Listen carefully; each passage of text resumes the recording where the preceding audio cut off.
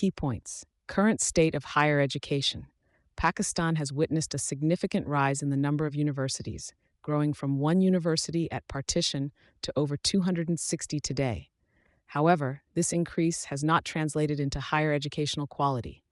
Despite having more public universities, the allocation of current operational budgets has declined in real terms, with most funds being spent on staff salaries and pensions, leaving little for faculty development and research. Funding and structural issues. The rapid expansion of universities has been driven by political and economic interests, prioritizing infrastructure over improving the quality of education. Many universities serve as political tools for garnering support by creating jobs and expanding campuses. But the strategy lacks focus on building academic excellence. The focus on construction and land acquisition has led to wasteful expenditure, with some institutions receiving abundant funds while others struggle with operational needs. The Higher Education Commission, HEC, has often functioned more like a real estate developer than an educational body. Misguided expansion of universities. New universities are often established without a proper needs assessment, with some being pushed by politico-economic players, such as the military. This expansion threatens to stretch already limited resources, leading to subpar educational institutions. Need for strategic investment in education.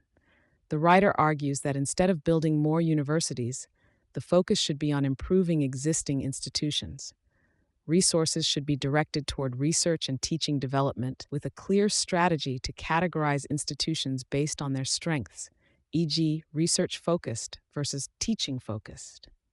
The provinces should choose a select number of universities to prioritize research, while others focus on teaching and skills development.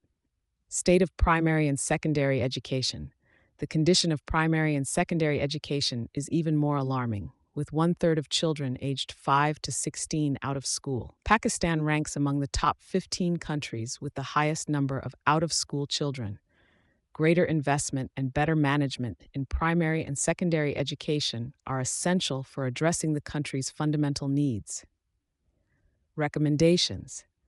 The federal government should halt the construction of new universities and revamp the HEC to focus on its regulatory role. Investment should prioritize quality education and research over physical infrastructure. A concrete national strategy for higher education and collaboration with provinces to address the education emergency is essential for sustainable development. Crux. Pakistan's higher education system is overburdened by political interests, a focus on infrastructure rather than quality, and an imbalanced resource allocation. While universities have proliferated, the overall standards of education have suffered, especially with underfunded research and faculty development. To build a true knowledge economy, the federal government must stop the indiscriminate expansion of universities, revamp the HEC, and strategically invest in research and teaching excellence. Simultaneously, a focus on improving primary and secondary education is vital for long-term socioeconomic development. Key points. Historical context of constitutional amendments. Pakistan has a history of passing large packages of constitutional amendments under military rulers and during democratic governments. Examples include 8th Amendment, 1985 under General Zia, which modified 65 articles. 17th Amendment, 2003 under General Musharraf, incorporating 29 amendments. 18th Amendment, 2010 under the PPP government, with 102 amendments to restore parliamentary democracy and give more autonomy to provinces.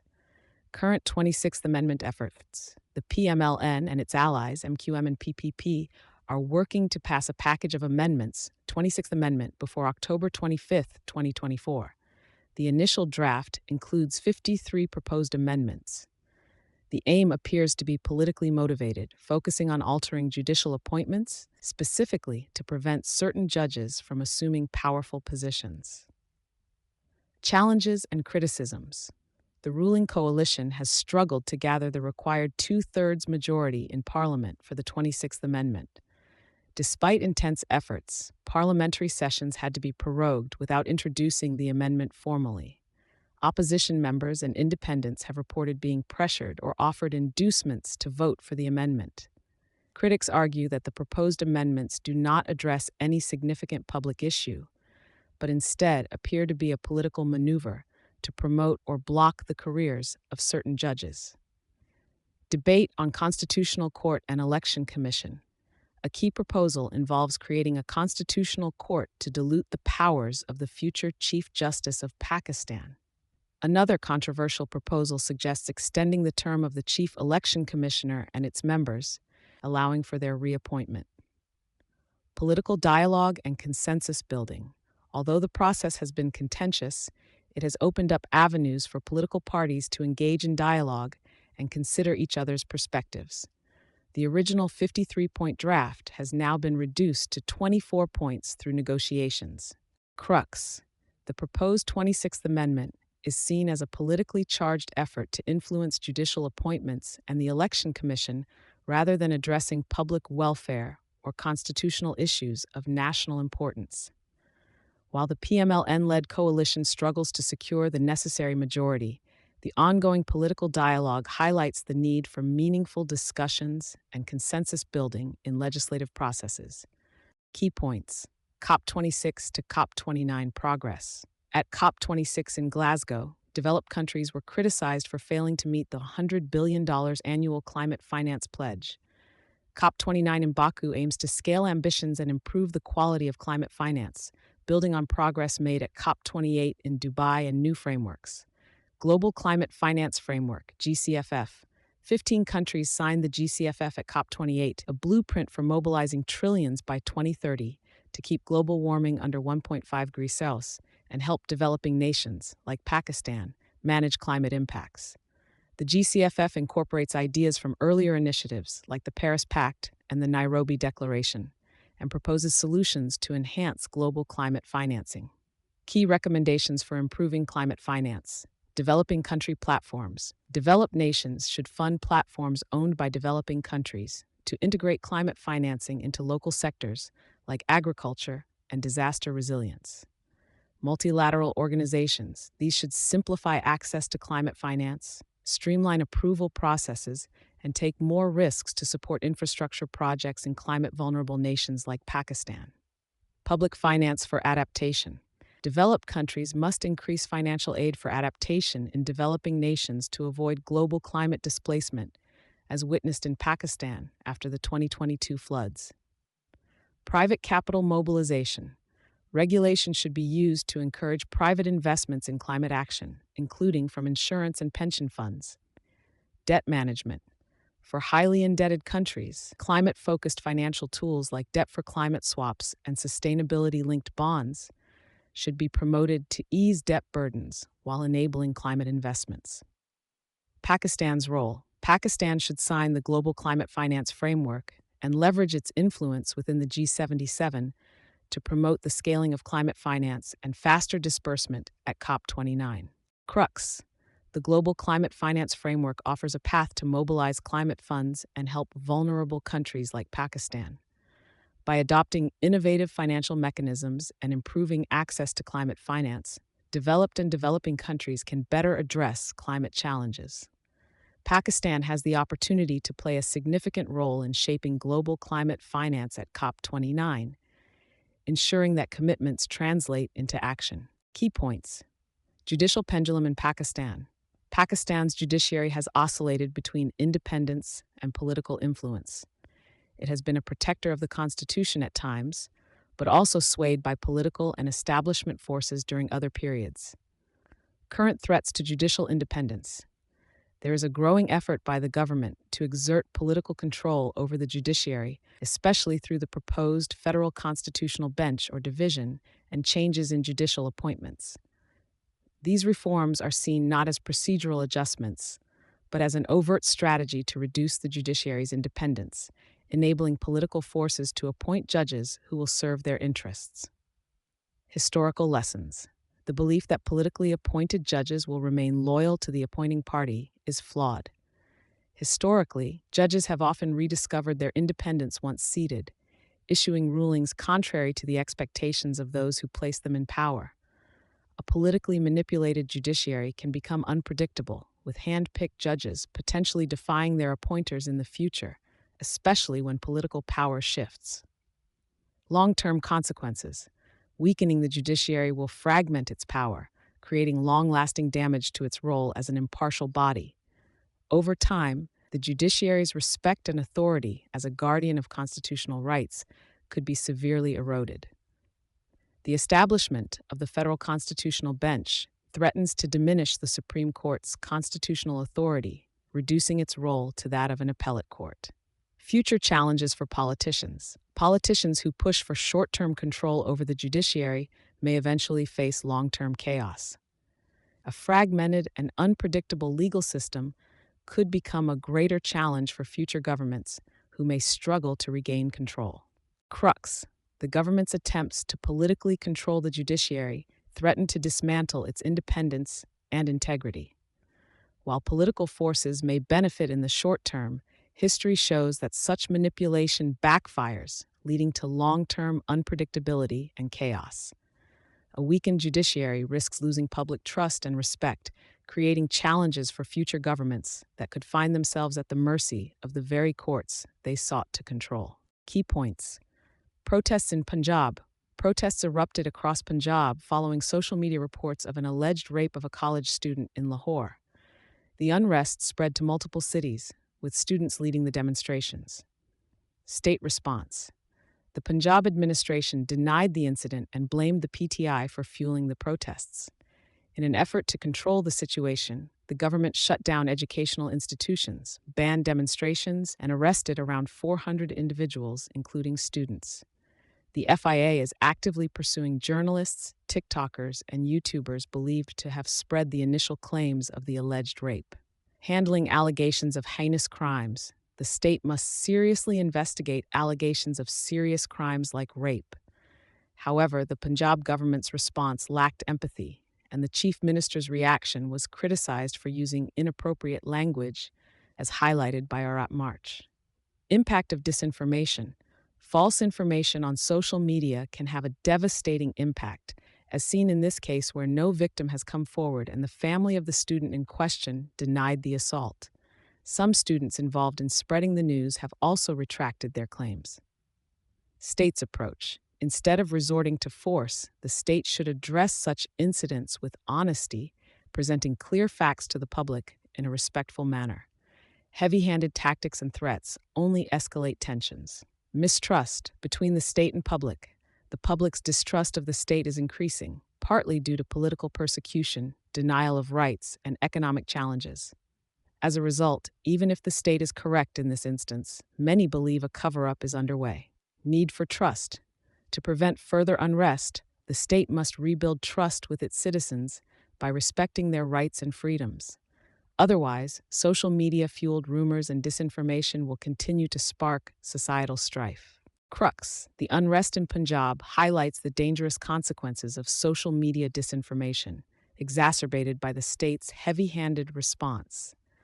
While the Punjab government has denied the alleged rape, its failure to address the issue empathetically and transparently has deepened public mistrust. Rebuilding trust between the state and citizens is crucial to avoid further unrest and societal divisions fueled by rumors. Key points. Government's confidence in passing amendments. Despite lacking a two-thirds majority, the government was confident in passing desired constitutional amendments. This was due to a Supreme Court ruling 2 weeks ago that altered the interpretation of Article 63A, which stripped lawmakers of previous protections that allowed them to vote against party lines without fear of expulsion from Parliament.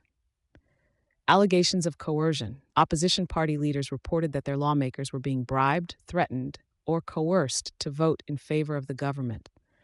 Some claimed to have been offered billions of rupees, while others described instances of harassment and intimidation by police and intelligence agencies. Involvement of families.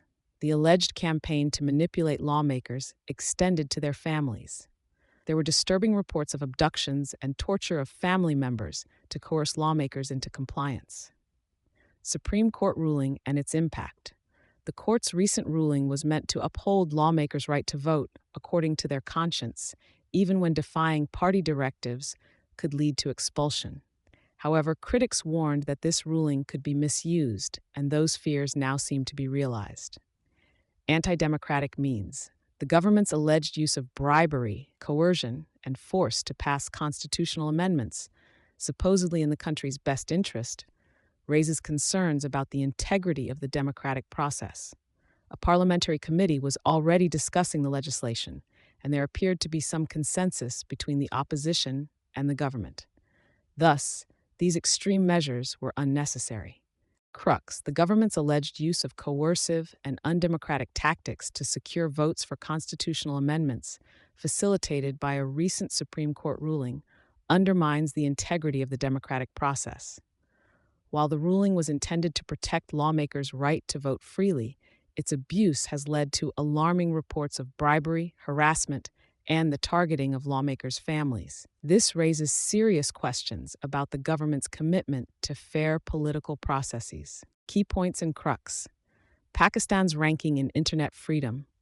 Pakistan is classified as a not-free country in the Freedom on the Net 2024 report, scoring 27 out of 100. It is grouped with countries known for strict online censorship, such as China, Saudi Arabia, and Iran. State-imposed restrictions. The country's low ranking is due to actions taken by the state, meeting 7 out of the 8 restrictive criteria listed by Freedom House. These include disrupting internet connectivity, blocking social media platforms, censoring websites, and punishing individuals for exercising online freedoms. Manipulation of online discourse. The report highlights how the state manipulates public opinion by deploying pro-government commentators online. This tactic was especially prevalent during the 2024 elections, with both online and offline methods used to suppress opposition.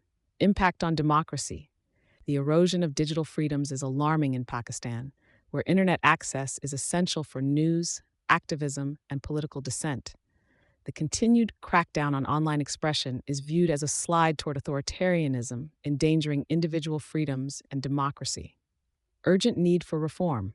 The article urges the government to restore access to social media platforms and reform laws that criminalize online speech. Greater transparency in surveillance practices is also needed. The state's excessive control over the internet hinders the country's potential for an informed public, economic growth, and progress. Crux. Pakistan's classification as a not-free country in the Freedom on the Net 2024 report underscores the severe restrictions on online freedoms, where the state actively disrupts and censors digital spaces. This repression stifles dissent and threatens democracy, highlighting an urgent need for internet freedom reforms to foster an informed populace and national progress. Key points and crux. Concerns over judiciary amendments. The ongoing political chaos is driven by concerns about the retirement of the Chief Justice of Pakistan on October 25th, and the fear that his successor may introduce decisions undermining the hybrid government.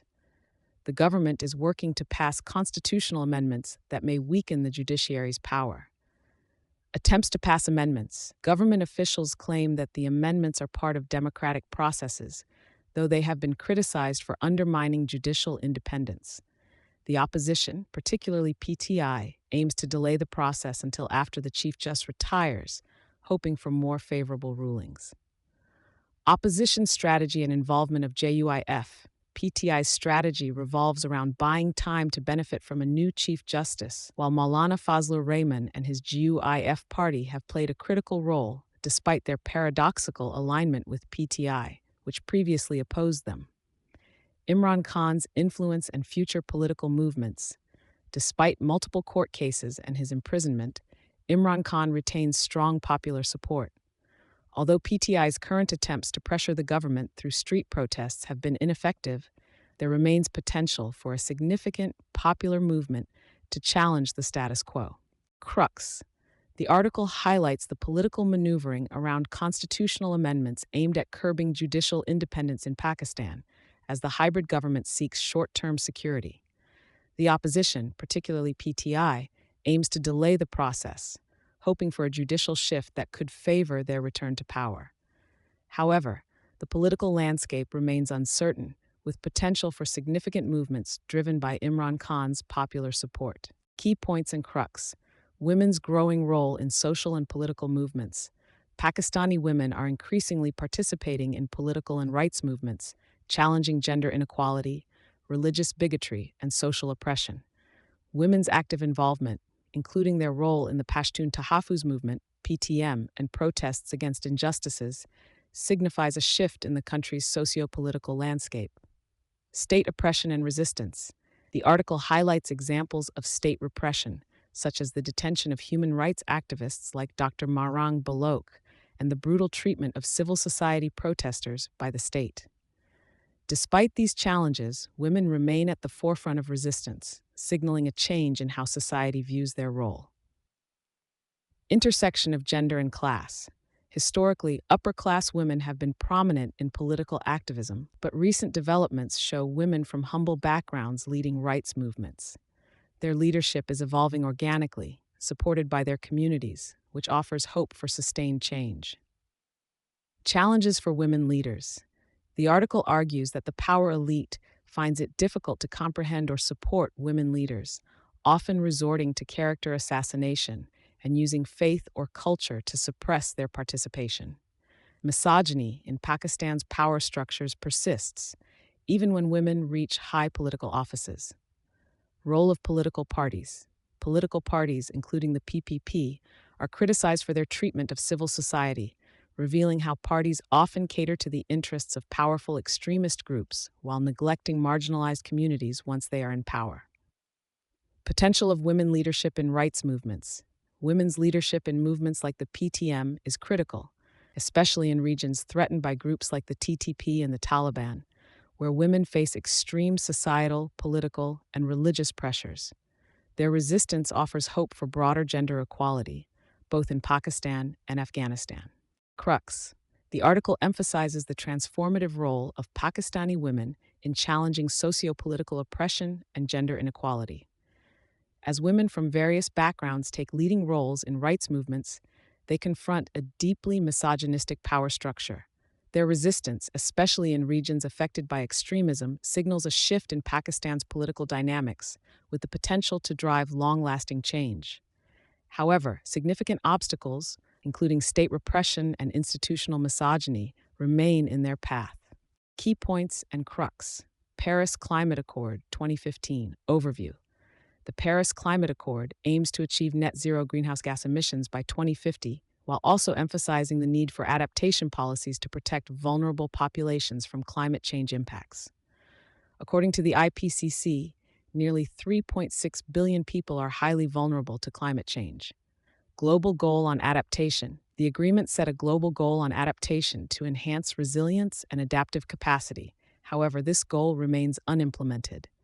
Adaptation is crucial for limiting global temperature rise to 1.5 degrees Celsius above pre-industrial levels to prevent extreme environmental consequences like severe heat waves, droughts, and flooding.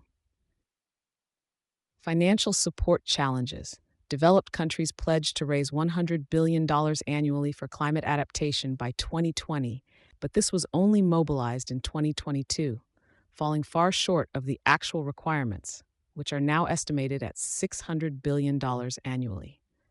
Developing countries struggle to take climate action due to insufficient financial resources and debt burdens. Funding needs surge. The financial needs for adaptation in developing countries are escalating, with UNEP estimating them to rise to $387 billion by 2030. The upcoming UNEP Adaptation Gap Report is expected to indicate even higher figures. COP29 and climate finance. The upcoming COP29 in Baku, dubbed the Finance COP, will aim to establish a new global goal for climate finance, potentially involving private sector contributions. Developing nations are pushing for concessional finance to avoid deepening debt burdens. Report from the Independent Expert Group on Climate Finance. This report highlights that insufficient investment in key areas, such as adaptation, energy transition, and nature conservation, has derailed the Paris Agreement. The group urges developed countries to triple bilateral concessional finance by 2030 and proposes an integrated approach to mobilize all sources of finance, including carbon taxation and eliminating harmful subsidies. Urgent need for fresh commitment. The article stresses that while the Paris Agreement has driven climate action, it is at risk of failing to meet its 1.5 degrees Celsius target without stronger political commitment and substantial financial resources from both public and private sectors. Crux. The Paris Climate Accord has been instrumental in promoting climate action, but its success is at risk due to insufficient financial support, particularly for adaptation in developing countries. As financial needs surge, the upcoming COP29 in Baku is expected to focus on establishing a new climate finance goal. Concessional finance, coupled with private investment and stronger political commitment, is crucial to ensure the agreement stays on track and global temperature rise is limited to 1.5 degrees Celsius. Urgent action is required to address the financial adaptation needs of vulnerable nations to prevent further exacerbation of the climate crisis. Key points and crux. Disinformation and misinformation. The author criticizes the rapid spread of misinformation regarding the alleged rape case in Lahore, exacerbated by social media. Contradictory narratives emerged, making it difficult to discern the truth, especially as trusted media outlets reported differently than what was circulating online. The disinformation fueled outrage affecting public perception and student protests and political exploitation. While students protested against police brutality, they were being manipulated for political gains, further complicating the situation. The author points out that the public no longer trusts the government, even as political figures like Punjab Chief Minister Maryam Nawaz consider taking action against those spreading false information. Misogyny and mistrust of women. The writer highlights the deeply rooted misogyny in Pakistani society. Women are constantly mistrusted, whether they speak out about sexual assault or deny such claims. This creates a no-win situation for women, reflecting the exhausting nature of being a woman in Pakistan. Impact of misinformation on women's rights. The author stresses that disinformation has dangerous consequences for women's rights. The rampant spread of false information makes it harder for women to report harassment or violence, exacerbating their vulnerability and deepening societal misogyny. Global and national threat of misogyny. The writer draws parallels between Pakistan's misogynistic attitudes and the global rise of incel culture, and figures like Andrew Tate, whose ideologies are monetized and mainstreamed. Misogyny in Pakistan, the author argues, should be viewed as a national security threat, akin to terrorism. Media literacy and legal reforms. To counter disinformation and protect women, the writer advocates for media literacy to be taught in schools from an early age. She also calls for legal reforms that punish those who spread false information without infringing on civil liberties. Potential societal backlash. The author fears that unchecked disinformation will discourage parents from sending daughters to schools, deter women from participating in politics, and make them reluctant to report sexual violence, setting back gender progress in Pakistan by decades. Crux, the Lahore rape case, highlights the destructive power of disinformation, which preys on societal misogyny and deeply mistrusts women. Misinformation not only manipulates public perception, but also threatens women's rights by discouraging them from seeking justice or participating in public life. To counter this, the author calls for media literacy education and laws that punish false information, along with treating misogyny as a national security threat. Without such efforts, societal regression is inevitable. Key points and crux. Escalating human rights abuses. The UN Human Rights Committee's recent review expressed serious concerns over Pakistan's worsening human rights situation. Issues highlighted include politically motivated oppression, torture, restrictions on freedom of expression, harassment of rights activists, and violence against women and children. Forced conversions and curbs on religious freedoms were also called out. Government responsibility. Successive Pakistani governments and state agencies are blamed for the current state of human rights violations. Enforced disappearances, suppression of dissent, and the failure to address the rise of radical religious elements are key areas of failure. Corrupt justice system. Pakistan's ineffective and corrupt criminal justice system contributes to a high crime rate, particularly violence against women. The country's low conviction rate for crimes such as rape and inadequate registration of children at birth reveal structural flaws in governance. Religious persecution and forced conversions. The review specifically dismissed Pakistan's official figures on forced conversions, noting that the actual number is much higher. The misuse of blasphemy laws continues to oppress religious minorities, creating a culture of fear and defenselessness. Marginalized regions and missing persons. Protests in regions like KP and Balochistan against state atrocities have been met with harsh suppression.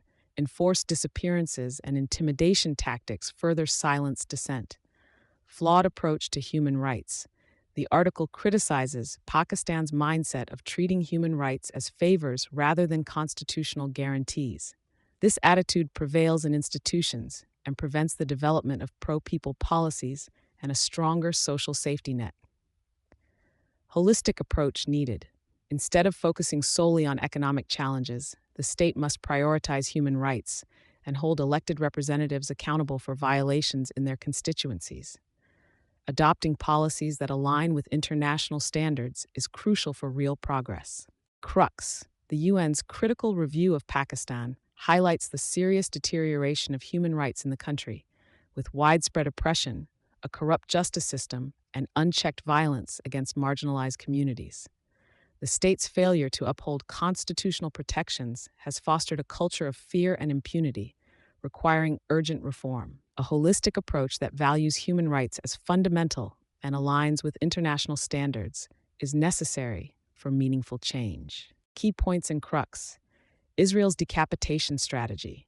Israel has historically used a strategy of assassinating leaders of resistance groups like Hamas and Hezbollah. Despite these efforts, such groups have continued to grow and resist Israel's occupation.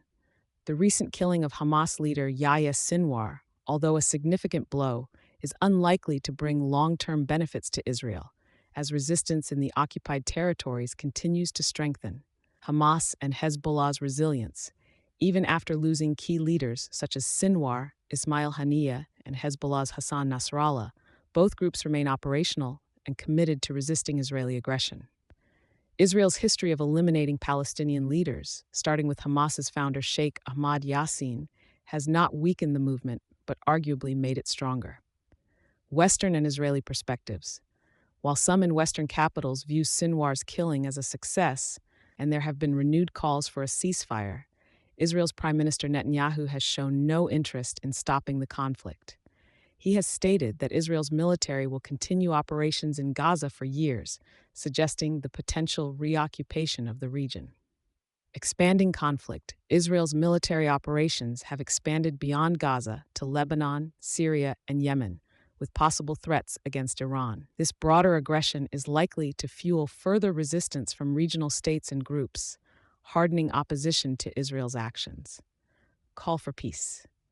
The article stresses that true peace in the region can only be achieved through an end to Israel's violence in Gaza and the establishment of a viable Palestinian state. Without addressing the root cause of the conflict, Israel's occupation and aggression, resistance movements will only grow stronger. Crux. Israel's strategy of targeting and killing resistance leaders has not achieved long-term peace or neutralized opposition. Instead, groups like Hamas and Hezbollah have only become more resilient, and Israel's broader military campaigns are deepening regional hostility. Peace can only be attained through ending the violence and establishing a just solution for Palestinians. Bob Woodward's influence and access. Woodward is renowned for his insider accounts of American politics and foreign policy, having extensive access to top political and military leaders. His writing style has sometimes led to criticism, labeling him as an access journalist. Focus of War and Comparisons. Woodward's latest book, War, explores the foreign policy decisions made during Joe Biden's presidency, particularly in comparison to Donald Trump's tenure. Woodward deems Trump as the most reckless president and considers him unfit for a second term. Handling of wars in Ukraine and Gaza. The book delves into how Biden dealt with international crises, such as the wars in Ukraine and Gaza. Biden's struggles with Israeli Prime Minister Netanyahu, who ignored U.S. advice during the Gaza conflict, are described in detail. Biden and Afghanistan exit.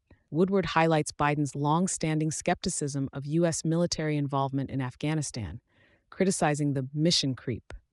The chaotic withdrawal from Afghanistan was a major blunder for the Biden administration, damaging U.S. credibility. Tense U.S.-Israel relationship. Biden's relationship with Netanyahu is depicted as tense, marked by heated discussions about Israeli actions in Gaza, humanitarian aid, and military strategy. Despite these disagreements, Biden remained a staunch supporter of Israel, though his ability to influence Netanyahu was limited. Arab states' positions. The book notes key Arab leaders' positions during the Gaza conflict. While some, like Jordan's King Abdullah and the UAE ruler, supported Israel defeating Hamas, Saudi Crown Prince Mohammed bin Salman expressed a need for a Palestinian state, though without strong personal conviction. Ukraine conflict. Woodward provides insights into the U.S. response to potential nuclear threats from Russia during the Ukraine war, revealing that U.S. intelligence played a key role in preventing nuclear escalation by Putin. Crux. Bob Woodward's War provides a detailed examination of key international conflicts under the Biden administration, revealing the complex dynamics between world leaders. It offers critical insights into how Biden handled foreign policy crises, drawing contrasts with Trump's chaotic leadership and shedding light on U.S. diplomacy in Afghanistan, Gaza, and Ukraine. Key points and crux. Oath of constitutional office holders. Constitutional office holders, such as judges and legislators, swear an oath to act in accordance with the Constitution. This includes abiding by any amendments made to the Constitution as long as they are procedurally valid. Constitutional amendment process. For an amendment to be valid, it must pass through 2/3 of both houses and receive presidential assent. Procedural validity depends on legitimate votes, free from coercion or corruption, and cast by lawfully elected members. Challenges to amendments. Amendments can be challenged on both procedural and substantive grounds. While the procedural aspect ensures proper legislative process, substantive challenges relate to the amendment altering the Constitution's salient features, such as democracy, parliamentary government, and judicial independence. Judicial review of constitutional amendments.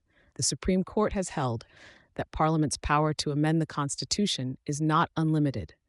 Amendments cannot abrogate fundamental constitutional features or rights. The courts can review amendments and strike them down if they undermine these features. Debate over judicial independence and the 26th Amendment. The 26th Amendment draft has provisions that could compromise judicial independence, such as selection of the Chief Justice by a parliamentary committee with a government majority, formation of constitutional benches by the Judicial Commission, where the government has influence, annual performance evaluations of judges by the Judicial Commission, where the government plays a role. Concerns over government influence on judiciary. The involvement of the government in judge selection and performance evaluations is seen as undermining judicial independence, creating a conflict of interest, especially in cases involving the government. Crux. The proposed 26th Amendment threatens judicial independence by giving the government undue influence in judge selection and performance evaluations, potentially leading to conflicts of interest. Although judicial activism is a concern, compromising independence is not the solution, as history shows that controlled judges undermine justice and ultimately harm the system that created them. Key points and crux. Adapting teaching methods. As the world evolves with AI, free learning platforms, and cross-border knowledge sharing, teachers are finding new ways to teach.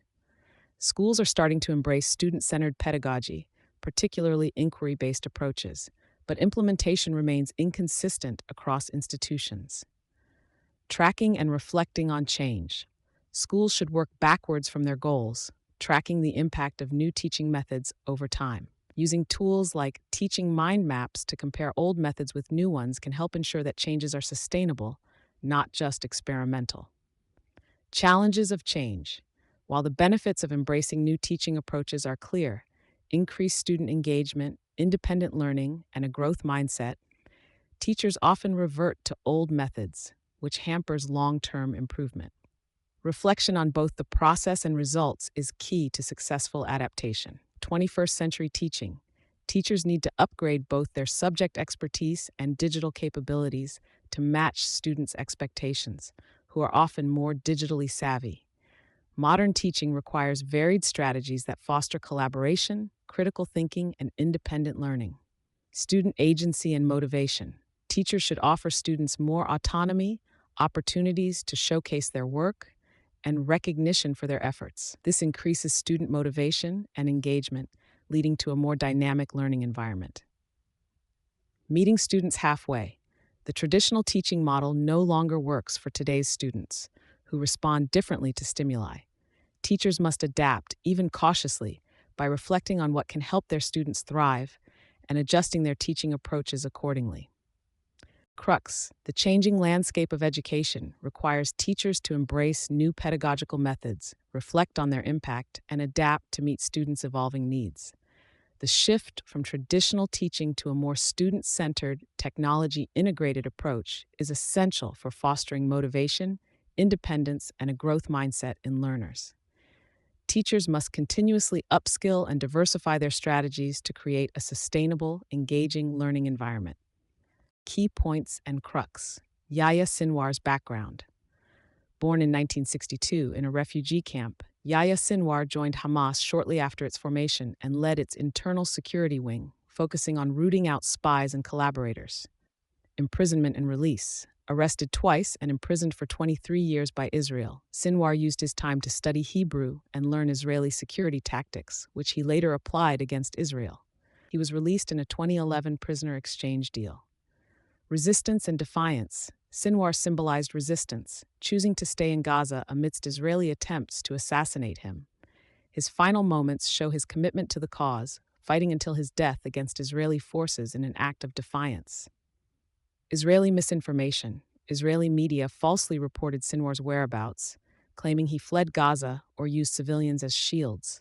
In reality, he was found fighting near the front lines, and his death has only strengthened his legacy as a symbol of resistance. Symbol of martyrdom. Sinwar had expressed a desire to die as a martyr, and his death at the hands of Israeli forces has turned him into a legend for his supporters, reinforcing the notion that resistance persists as long as oppression exists. Crux. Yahya Sinwar's life and death have made him a powerful symbol of Palestinian resistance.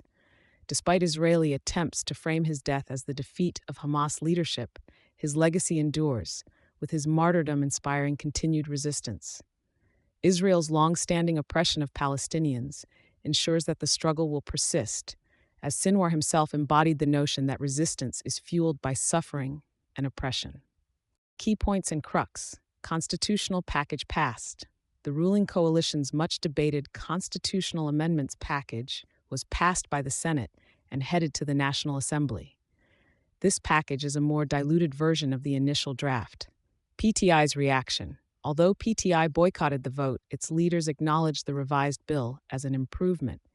They expressed reservations, particularly on the new judges' appointment process, and lamented missing the opportunity to propose changes. Key amendments. The final bill includes 22 amendments, significantly fewer than the 50-plus in earlier drafts. The process for appointing the Supreme Court Chief Justice remains a contentious issue, as the government now has greater influence in this process. Concerns. There are concerns that the ruling coalition may misuse these amendments to appoint judges aligned with their interests. PTI's absence during the voting limited their ability to shape the bill. Future implications. The impact of these amendments on the judiciary and government relations remains uncertain. The legal fraternity's response and potential challenges to the new appointment process could lead to further disputes. Crux. The passage of a revised constitutional package has eased tensions for now, but concerns linger about potential misuse of the amendments, especially regarding judicial appointments. The process may spark future confrontations between the judiciary and government, with PTI's absence limiting their influence in shaping these crucial changes. The effectiveness of the amendments will depend on how they're implemented and whether they are seen as fair. Key points and crux. Tepid growth forecast.